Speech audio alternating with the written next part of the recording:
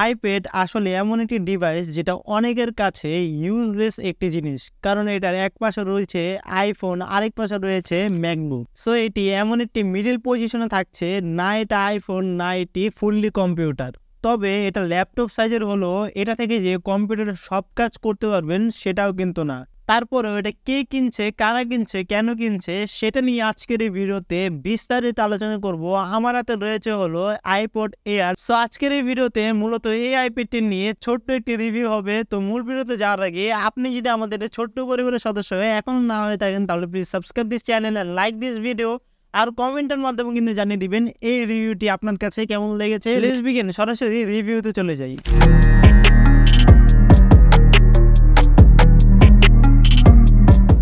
তো এই আইপ্যাডটা কিন্তু আপনারা দুইটা ভেরিয়েন্টে পেয়ে যাবেন, 64 জিবি আর 256 জিবি। আমার কাছে যেটা দেখছেন সেটা হলো 64 জিবি। রেগুলার কাজকর্ম করার চেষ্টা করছিলাম, অনায়াসেই সামনে নিতে পারছিল। দেন মাল্টিটাস্কিংও ব্যবহার করে দেখেছি, খুব ভালো কাজ করছিল, কোনো জায়গায় আটকে যাওয়া বা ল্যাগিং লক্ষ্য করিনি। আর হ্যাঁ, এটাতে কিন্তু আমরা কাইনমাস্টারে ভিডিও এডিট করেও দেখেছি, কোনো রকম ল্যাগিং ছিল না, কোনো ঝামেলা করছিল না, খুব ভালোভাবেই এডিটিং প্রসেসটা করতে পারছিলাম। রেগুলার পারফরমেন্স সত্যি বলতে গেলে আইফোন 13 প্রো ম্যাক্স যেটা আছে সেটার হায়ার রিফ্রেশ রেট ওইটা বাদ দিলে কোনো জায়গা থেকে কিন্তু পিছিয়ে নেই এই আইপ্যাডটি, রেগুলার কাজ বাদে। এক কথায় 30-40 হাজার টাকার যে অ্যান্ড্রয়েডের ট্যাবগুলো আছে সেগুলা থেকে কিন্তু মোর দেন বেটার কাজ করে এই আইপ্যাডটি। আসলে অপটিমাইজেশন একটি বিষয় আছে, অ্যাপেল কোনো প্রোডাক্ট লঞ্চ করলে ভালো লাগে ওই বিষয়টা বেশ ভালোভাবেই নজর দেয়। আমরা অ্যাপেলের যে কোনো প্রোডাক্ট দেখে না কেন টাকা একটু বেশি হলেও এক্সপিরিয়েন্সটা কিন্তু বেশ ভালোই পাওয়া যায়। গেম খেলেও কিন্তু এটা আমরা টেস্ট করেছিলাম,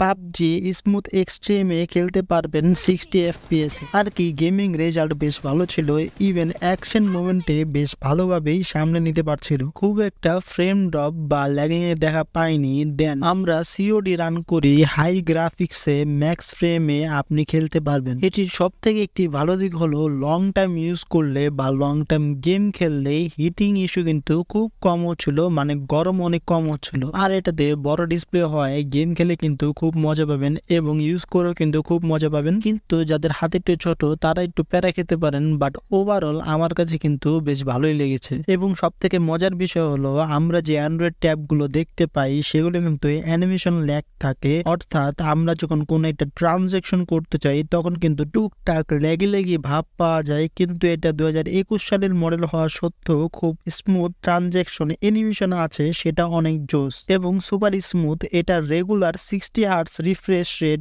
বাট এটার অপটিমাইজেশন এতটাই ভালো যার ফলে আপনার কোনো ধরনের ল্যাগ চোখে পড়বে না। তবে এই ডিসপ্লের চিন বেজেল গুলো বেশ বড়, যাই হোক সেকেন্ড হ্যান্ড ফোন আর আগের মডেল হিসেবে সেটা এত ম্যাটার করে না। তবে একটু যদি ন্যারো হতো তাহলে কিন্তু আরো জোস হতো। এখন আসে যাক ক্যামেরাতে। ফ্রন্টে 12 মেগাপিক্সেলের একটি সেলফি ক্যামেরা ইউজ করা হয়েছে, যেটা কিনা আলট্রা ওয়াইড সেন্সর। এর অ্যাপারচার হলো f2.4। শুধু 12 মেগাপিক্সেলই না, এর পাশাপাশি আরেকটি বিষয় আছে, তা হলো সেন্টার স্টোরেজের মতো ফিচারও কিন্তু এতে রয়েছে। আর এই ক্যামেরা দিয়ে কিন্তু আমরা ভিডিও রেকর্ড করতে পারবো 1080p এবং 60 FPS এ রেকর্ড করা যাবে। তো বেশিরভাগ ক্ষেত্রে দেখা যায় আমরা কিন্তু এই ধরনের ট্যাব ছবি তোলার জন্য ব্যবহার করি না, বেশিরভাগ শুধু ব্যবহার করা হয় ভিডিও কলিং এ ইউজ করার জন্য বা অফিসের কাজকর্ম করার জন্য বা গেম টেম খেলার জন্য। তো পুরোনো আইপ্যাড হলেও ভিডিও কোয়ালিটি কিন্তু খুব ভালো, ইভেন ছবি তোলার ক্ষেত্রে কোয়ালিটি কিন্তু অনেক জোস। যদিও জায়ান্ট ডিসপ্লের কারণে একটু মনে হবে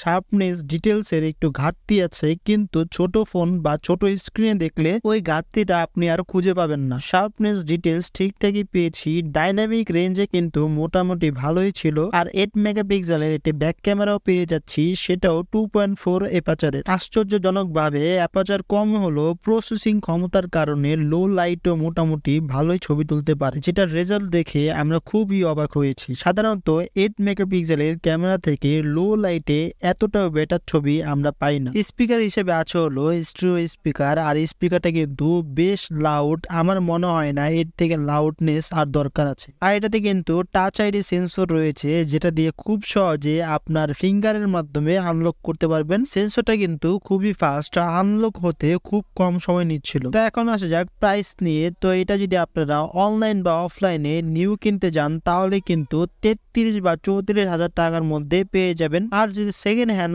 অফলাইন বা অনলাইন মার্কেট থেকে কিনতে চান তাহলে কিন্তু 24 থেকে 25,000 টাকার মধ্যে পেয়ে যাবেন। তো এই ছিল আইপ্যাড এয়ার এর কিছু টুকটাক খুঁটিনাটি। তো এই ছিল আমাদের আজকের টিউটোরিয়াল। ভিডিওটি কেমন লাগলো কমেন্ট অবশ্যই প্লিজ জানিয়ে দিবেন। চ্যানেল সাবস্ক্রাইব করতে ভুলবেন না, একটু লাইক করে দেবেন, আর একটু নতুন নতুন ইন্টারেস্টিং রিভিউ পাওয়ার জন্য বেল আইকনে টাচ করতে ভুলবেন না। আল্লাহ হাফেজ।